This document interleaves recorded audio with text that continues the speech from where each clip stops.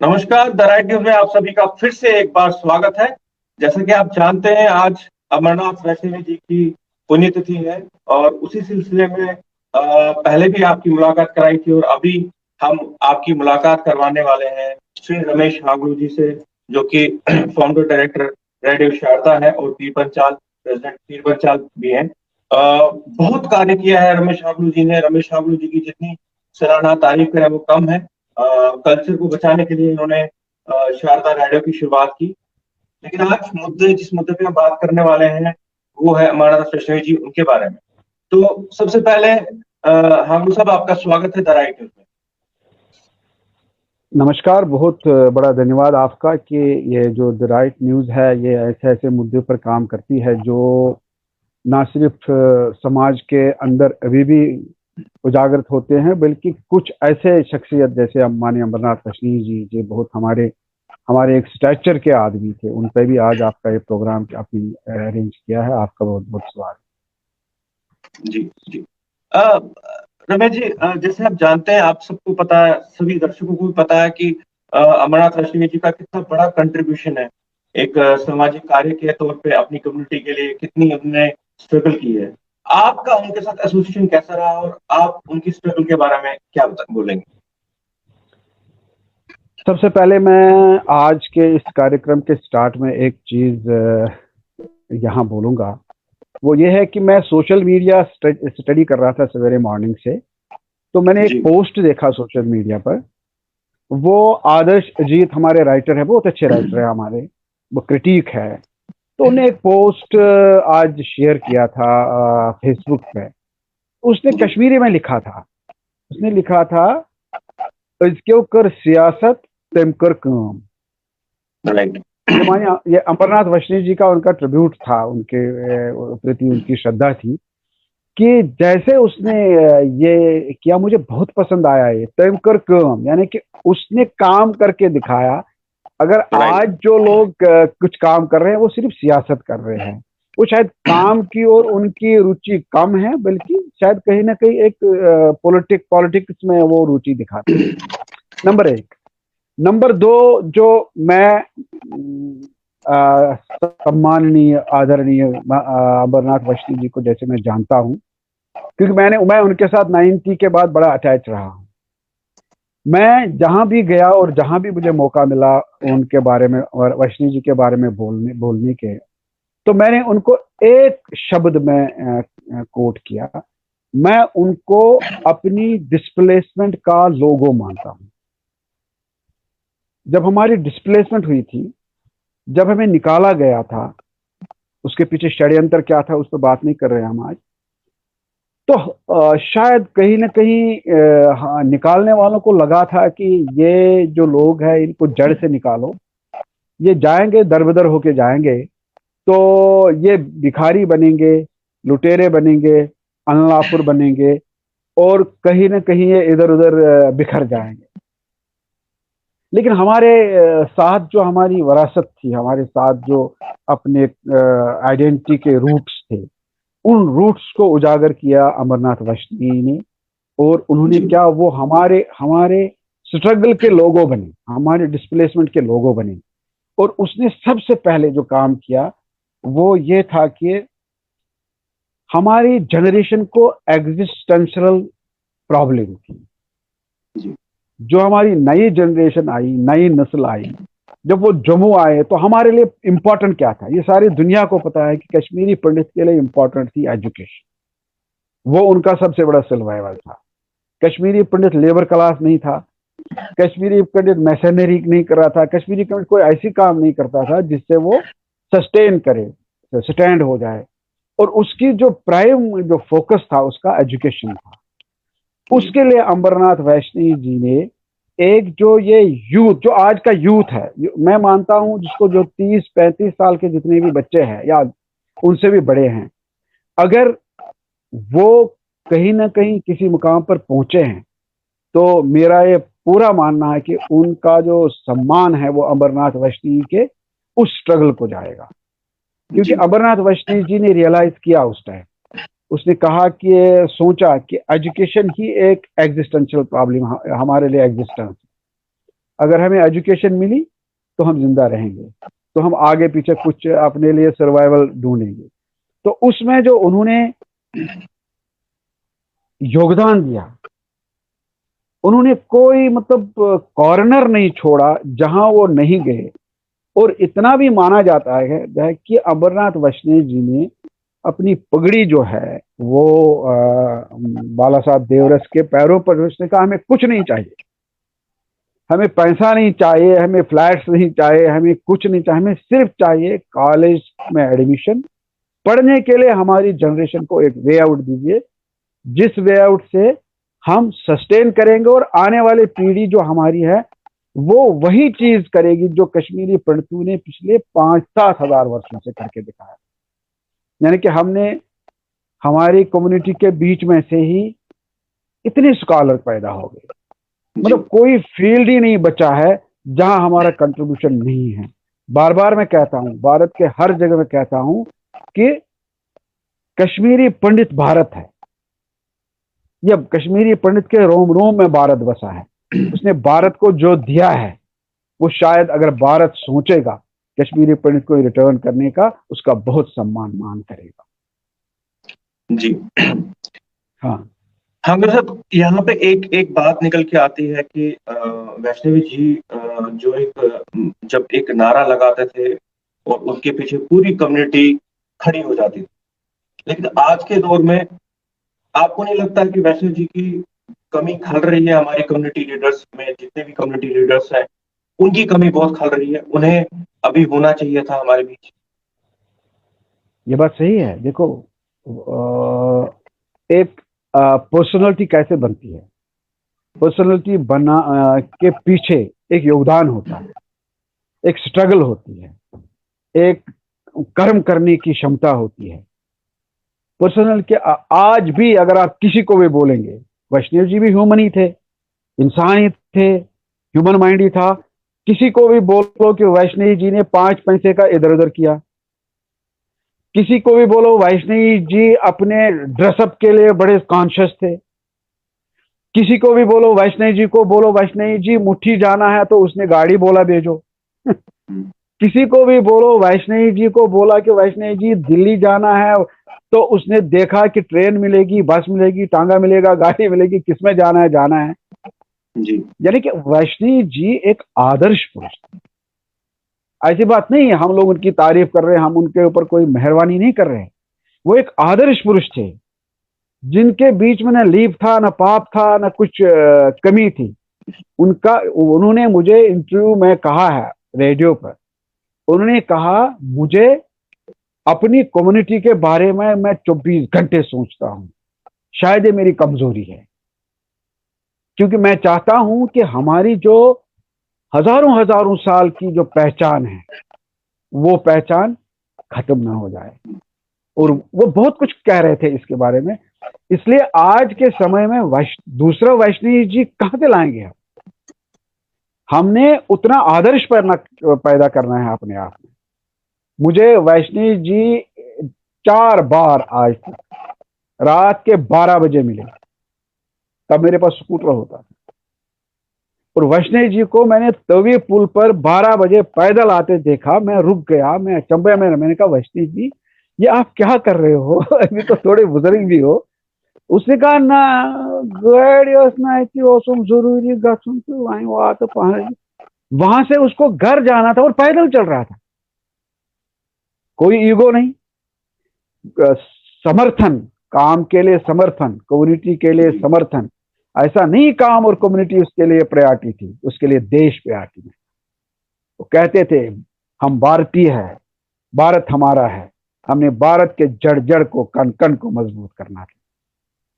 सबसे पहले वो भारतीय थे, पहले देश, उसके बाद समाज।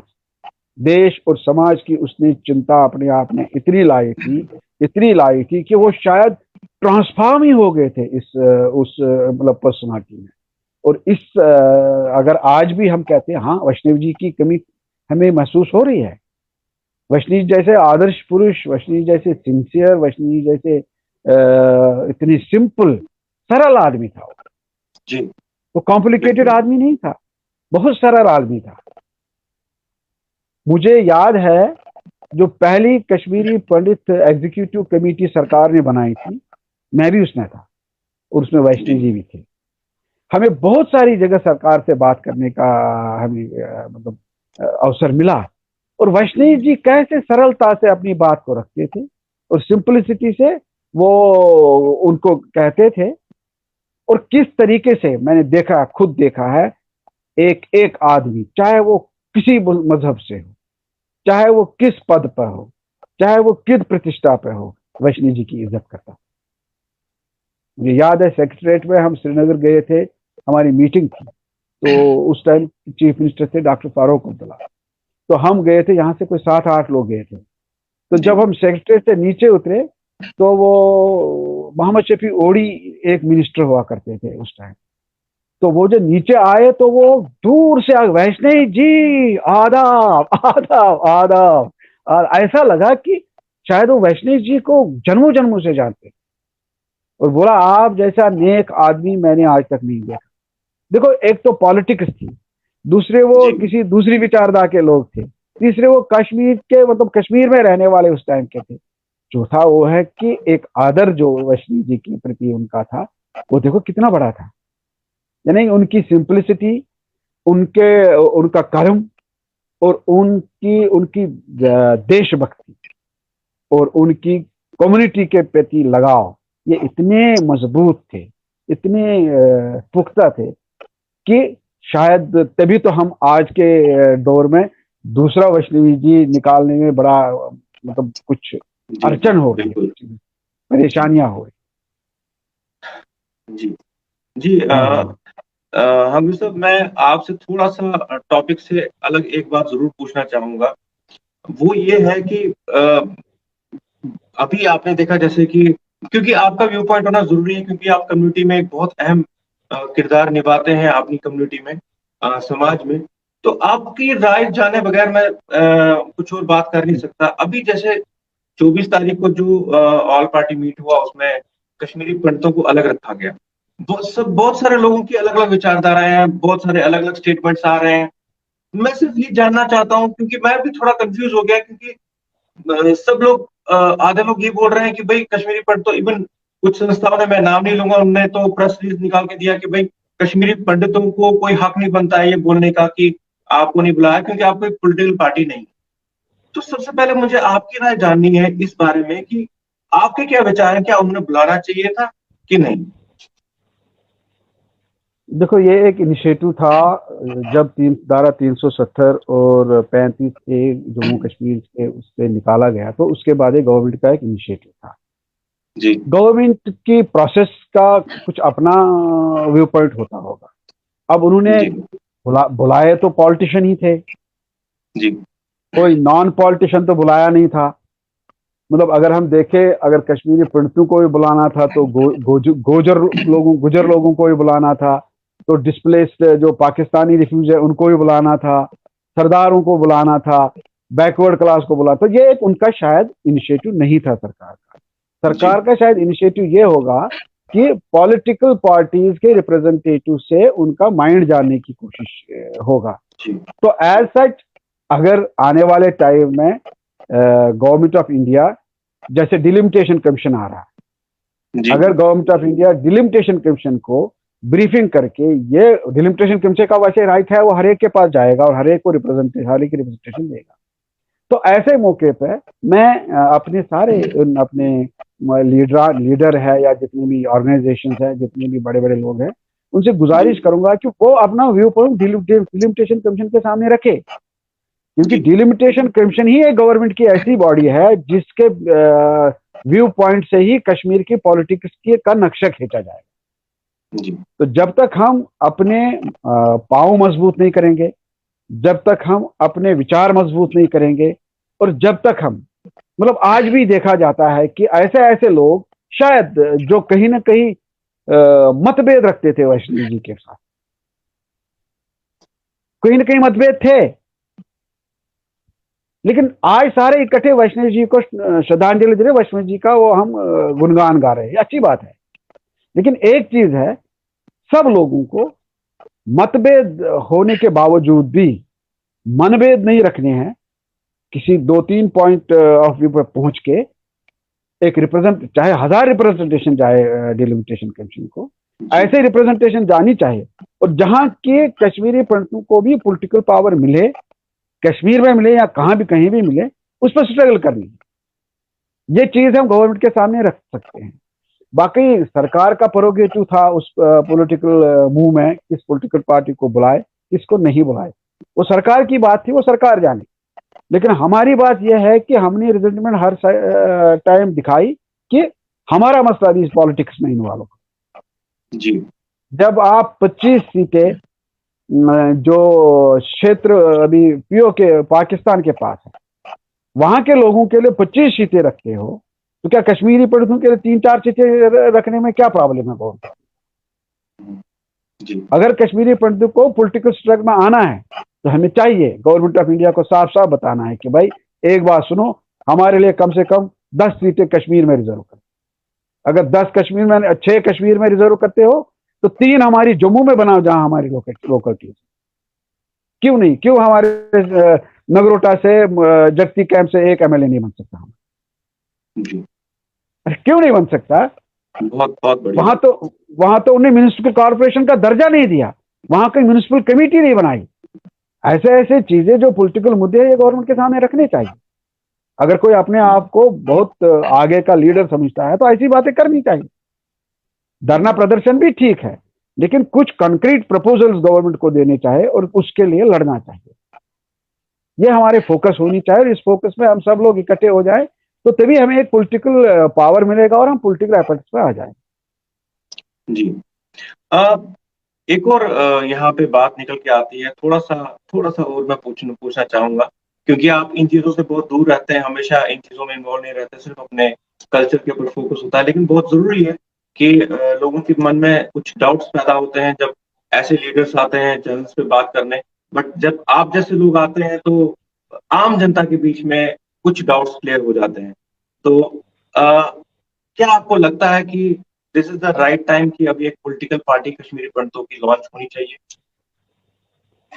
मैं मानता हूं कि एक पॉलिटिकल स्ट्रगल लॉन्च होनी चाहिए। पार्टी का रवैया क्या होगा, पार्टी किस किस्म की होगी, इस पार्टीज में के फेवर में नहीं हूं, लेकिन एक पॉलिटिकल स्ट्रगल लॉन्च होनी चाहिए। जब हम पॉलिटिकल स्ट्रगल नहीं करेंगे, देखो हमारे पास बहुत सारे विचारधारा हैं, बहुत सारे विचार हैं, लेकिन विचार तब चलता है जब प्रैक्टिकल में काम होता है। बिल्कुल। विचार कागजों में नहीं चलता, विचार थ्योरी पे नहीं चलता, विचार कहीं जगह इकट्ठे बैठ के ड्राइंग रूम में एसी के अंदर नहीं चलता। विचार तब चलेगा जब उसके पीछे एक स्ट्रगल करना सीखो, आगे बढ़ना सीखो, पॉलिटिकल अक्यूमन बनाओ अपने आप में। पार्टी खुद बन जाएगी, आपके पास पार्टी आ जाएंगी, लेकिन क्या पॉलिटिकल अक्यूमन आप बना रहे हैं? अगर जिस पॉलिटिकल पार्टी में भी हो आप, जिस पॉलिटिक्स में भी हो, कि आपके पास दम है अपनी कम्युनिटी की बात करने की, वो दम रखो। जिस पॉलिटिकल पार्टी में हो, ऊपर उठ के झंडा उठ के मेरी कम्युनिटी के लिए ये करो, तब मैं आपके साथ चलूंगा, नहीं तो जाओ बाढ़ में, दुनिया जाए बाढ़ में। जब हमें कोई देगा नहीं तो हमें लेना चाहिए, और वो लेने की स्ट्रगल जो करेगा वो आगे बढ़ेगा। ये नहीं आप रात को किसी के साथ मशवरा करके सवेरे ज्वेल चौक में धरने देते हो, ऐसा नहीं करना है। जहां जाओगे दम से जाओ, दम से जाओगे तो आपको मिलेगा, नहीं जाओगे तो फिर बिक जाओगे। पॉलिटिकल स्ट्रगल करो, पॉलिटिकल अक्यूमन बनाओ, पॉलिटिकल माइंड रखो। अगर आपको कहीं ना कहीं आगे के सियासी उसमें कुछ प्लेस चाहिए, नहीं तो समाज बिखर रहा है, समाज इकट्ठे नहीं हो रहा, समाज बिखर रहा है। और मेरी ये भी एक तमन्ना ये है कि सारे कश्मीरी पंडित जहां भी है वर्ल्ड ओवर, उन सबको बोलो कि गवर्नमेंट ऑफ इंडिया के सामने रखो कि ये एक वोट बैंक है, इनके लिए अब एक पॉलिटिकल कॉन्स्टिट्यूएंसी दे दो, तो हमारे लिए 10 या 15 सीटें हो जाए, उनको वोटिंग राइट्स दे। अब आप पॉलिटिक्स में जाओगे, ओहदे पकड़ोगे, वोटिंग राइट्स नहीं दे पाओगे अपनी कम्युनिटी को, वो कौन सी पॉलिटिकल स्ट्रगल है? किस चीज को पॉलिटिकल स्ट्रगल बांटते हो? आपको मैं कल को कुछ भी बनाता हूं, मंत्री बनाता हूं, कम्युनिटी की बात ही नहीं करोगे, कम्युनिटी का काम ही नहीं करोगे, आप मंत्री बनो या संतरी बनो या जमादार बनो, मेरे लिए क्या क्या उसमें फक्र है? मेरा फक्र तब है जब आप मंत्री होके, संतरी होके, कहीं पॉलिटिक्स में होके फेंक दोगे वो कागज, मुझे नहीं चाहिए, मुझे अपनी कम्युनिटी के लिए जान देनी है, मुझे अपनी कम्युनिटी के लिए एक पॉलिटिकल पावर देना है, मुझे वो दे दो। मुझे भिखारी नहीं बनाओ, मुझे, मैं भिखारीपन से भी बिल्कुल परे हूं। मैं चाहता हूं कि हमें स्ट्रगल आ जाए, हम मेहनती बने। आपको कौन दे रहा है? आपकी बात नहीं कर रहा। तो बॉम्बे से आए हैं ना यहाँ। जी जी। आप बॉम्बे में रहते तो कहीं आकाश छूते, क्यों आए हैं? अभी कौन देख रहा? आपको कम्युनिटी पैसा दे रही है? आपको कोई बाहर से आके पैसा दे रहा? स्ट्रगल कर रहे हो, ये सीखो स्ट्रगल। अपने टांगे मजबूत बनाओ। टांगे जिसने मजबूत बनाई वो आकाश छू गया। बाकी जिसने वो घर में वो ड्राइंग रूम्स में से लेक्चर करने शुरू कर दिए, वो घर में ही रह गए। ये मेरा इसमें पूरा कनेक्शन है। बिल्कुल।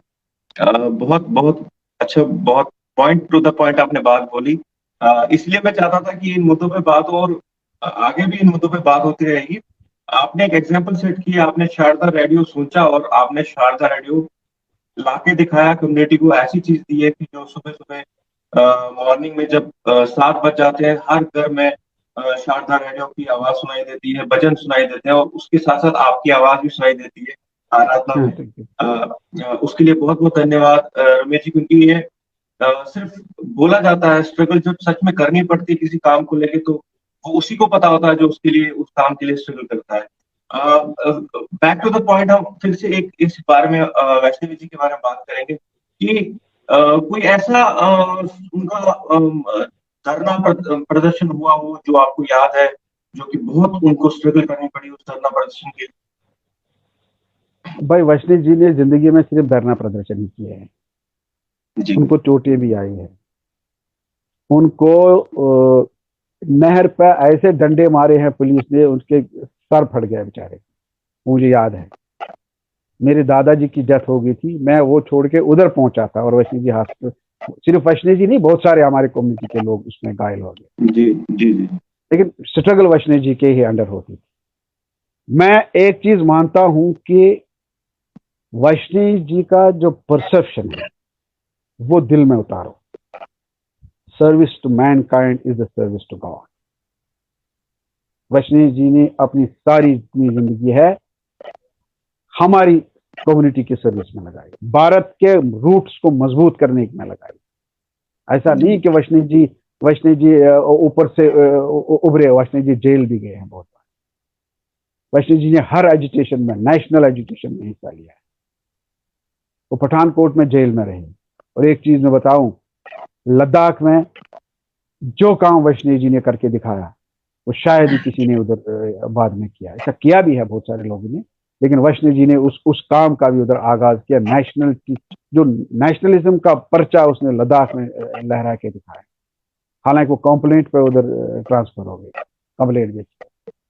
लेकिन एक चीज जो हमने सीखनी है वो ये है कि वैष्णव जी की तरह आप सिंसियरली, डेडिकेटेडली, विदाउट एनी बायस पॉलिसीज फ्रेम आउट करो और उनके पीछे चलना सीखो।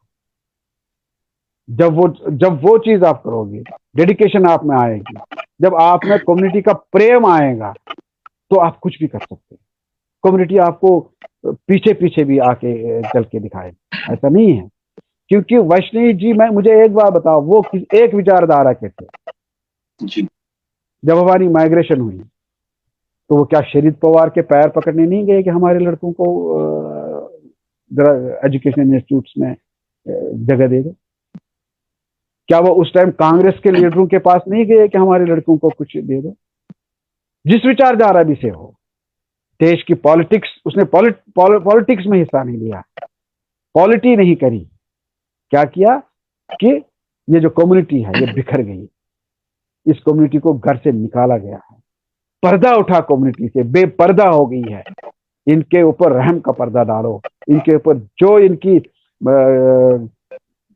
कल्चरल आइडेंटिटीज है, एजुकेशनल आइडेंटिटीज है, जितने बुद्धिमानी इनके बीच में है, उसके ऊपर इनको कोई उस बुद्धिमानी की डाइट दे दो ताकि ये आगे भी आने वाले टाइम में भी भारत के या पूरे दुनिया के एरियाज में फैल के एक झंडा परचम लगाए।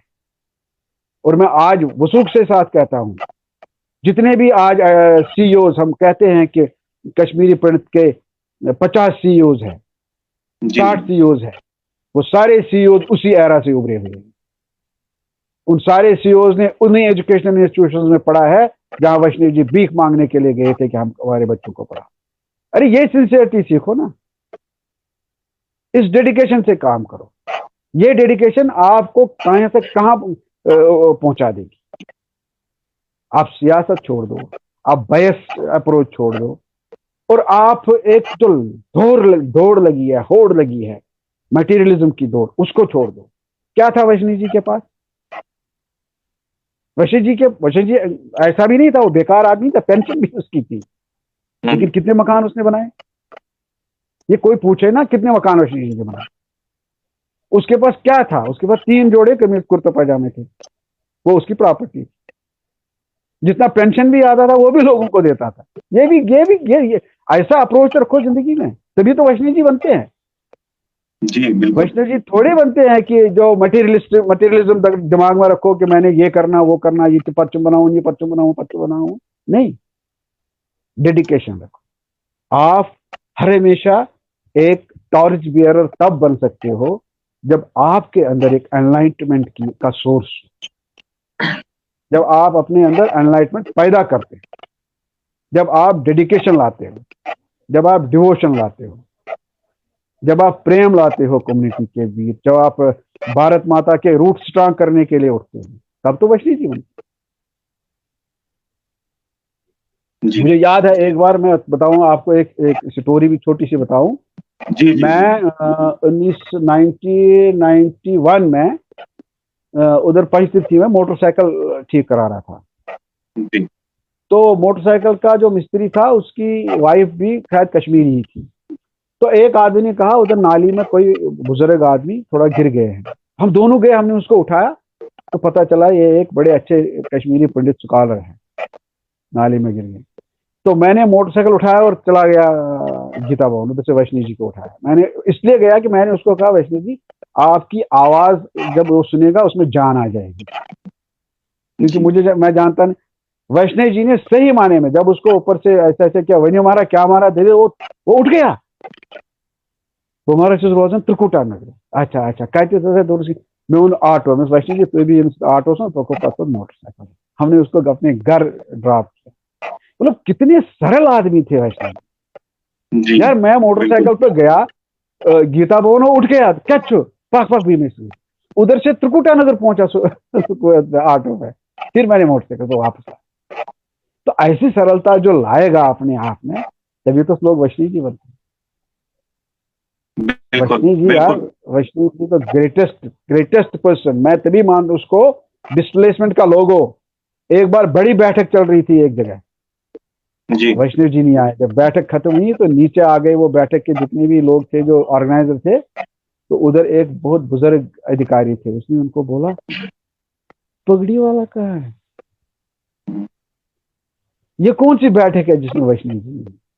ये देखो उसकी पहचान क्या थी, वो पहचान बनानी पड़ती। इसलिए आज के दिन हम उस महान विभूति को अपनी तरफ से श्रद्धांजलि देंगे। और मुझे उसका आशीर्वाद है, क्योंकि रेडियो स्टेशन ऊपर है और नीचे उनका ऑफिस था। सारे लोग 5 बजे निकलते थे, मैं उधर 8 बजे तक बैठता था और वैष्णव जी ऑफुली ऊपर मेरे पास आते और मुझे कहते थे अगर वहीं करका तिल कर ना तो गसा बारस मज कर तो क्या कर बस यही गई डेडिकेशन। तो उस महान विभूति से हम अगर कुछ सीखे, या उस महान विभूति का आशीर्वाद ही अगर हमारी इस कम्युनिटी को मिले, तो शायद इस कम्युनिटी में कोई भी अड़चन आए। और हमें सबको, जब वैष्णव जी का प्राण त्याग हुआ था, तब मैं ही एक आदमी था जिसने सजेस्ट किया था वैष्णव जी की एक हम स्मारक बनाएंगे। पता नहीं क्या अड़चन आई उन लोगों को उस टाइम, नहीं तो I was the first man जिसने सबको कन्विंस किया था वैष्णव जी की स्मारक बनाएंगे, क्योंकि यह हमारे प्रत्येक है। बिल्कुल। तो इसलिए आपने बहुत अच्छा कार्य किया आज जी सम्माननीय वैष्णव जी के आज इस दिवस पर उनको श्रद्धांजलि का प्रोग्राम किया। आपको भी जी बहुत जी। बहुत बधाई, बहुत बहुत बधाई। तो मैं रमेश जी आपसे एक एक सवाल जरूर मेरे मन में भी आ रहा है कि जैसे जिन यूथ को जॉब्स मिली उनके कारण आज सीईओज हैं, बड़े बड़े पोस्ट पे हैं। मेरे खुद अपने रिलेटिव्स हैं जो आज बड़े जगहों पे बैठे हैं, और रीजन ये रहा कि वैष्णवी जी ने वही अपनी पगड़ी उठा के उनके सामने डाल दी। लेकिन आज उस यूथ को, उन लोगों को जो सीईओज हैं, आज का दिन भी याद दे रहा। मैं तो नहीं बोलता पूरे साल उनको याद रखें, लेकिन बहुत ये मुझे आज रियलाइज हुआ कि उन सबको ये भूल गया कि ये आज अगर सीईओ है तो किनकी बदौलत है। तो ये थोड़ा सा मुझे आज रियलाइज हो रहा है कि उन्हें भी एटलीस्ट साल में एक दिन ये चीज रियलाइज करनी चाहिए, और इवन पूरी कम्युनिटी को इस पे बढ़ चढ़कर हिस्सा लेना चाहिए। इसको वैष्णवी जी के वैष्णवी दिवस के रूप में मनाना चाहिए। आपका क्या विचार है इस बारे में? नहीं, बात तो अच्छी है कि शायद वो जो नौजवान थे उनको पता नहीं है ये स्ट्रगल कहाँ से हुई। उनको जी एडमिशन हो गया, उन्होंने सोचा एडमिशन हो गया, लेकिन एडमिशन नहीं देते थे। यहाँ पे जम्मू के कॉलेजों में हमें एडमिशन नहीं मिला, हम तो बाहर की बात क्या करें। यहाँ भी बिल्कुल। तो फिर इवनिंग बैच लगाना पड़ा, वो दूसरी बात है। लेकिन बाहर के कॉलेजों में उनको कैसे एडमिशन, एक एडमिशन मिला, दूसरा नॉमिनल फीस पे मिला। दो चीजें हैं, देखो ये हमने एक बार मतलब सब बड़ा अच्छाइयाँ बोलनी चाहिए। जी एडमिशन मिला, नॉमिनल फीस पे मिला, और उन सबको शायद उनमें नॉलेज की कहीं ना कहीं कमी हो, और वक्त आएगा वो रियलाइज करेंगे। और वो भी बिल्कुल। जैसे वैष्णव जी ने अपनी कम्युनिटी के लिए महान कार्य किया, वो भी करेंगे। हमारी उनसे प्रार्थना है कि वो अपने अतीत को समझे, अपने जो जो जैसे उन्होंने पढ़ा वैसे सिचुएशन को भी समझे, और आने वाले टाइम में एक जज्बा रखे कम्युनिटी के लिए। जब जज्बा ही तो काम बिल्कुल। करेगा, और क्या काम करेगा, वो बिल्कुल जज्बा तो बिल्कुल। होना हाँ, बहुत अच्छा लगा आपसे बात करके रमेश जी। मैं आपसे रिक्वेस्ट करूंगा कि आप हमारे बाकी डिबेट्स में भी पार्टिसिपेट जरूर किया कीजिए, क्योंकि बहुत जरूरी है कि एक माइंड सेटअप के लोग जब एक प्लेटफॉर्म पे आ जाता है, उन्हें सही दिशा देने के लिए कोई आप जैसे लोग भी आने चाहिए। So thank you so much. आज आपने अश्विनी जी की बातें हमसे शेयर की, और बार बार मैं रिक्वेस्ट करूंगा आपको कि हमारे प्लेटफॉर्म पे जरूर आइएगा। Thank you so much. Thank you, बहुत बहुत धन्यवाद आपका। आज के दिन हम महान वैष्णव जी को अपनी श्रद्धांजलि देते हैं और उनसे प्रेरणा लेते हैं कि हम भी कुछ करें, तभी वैष्णव जी बनते हैं लोग। बहुत बहुत थैंक यू, धन्यवाद। धन्यवाद।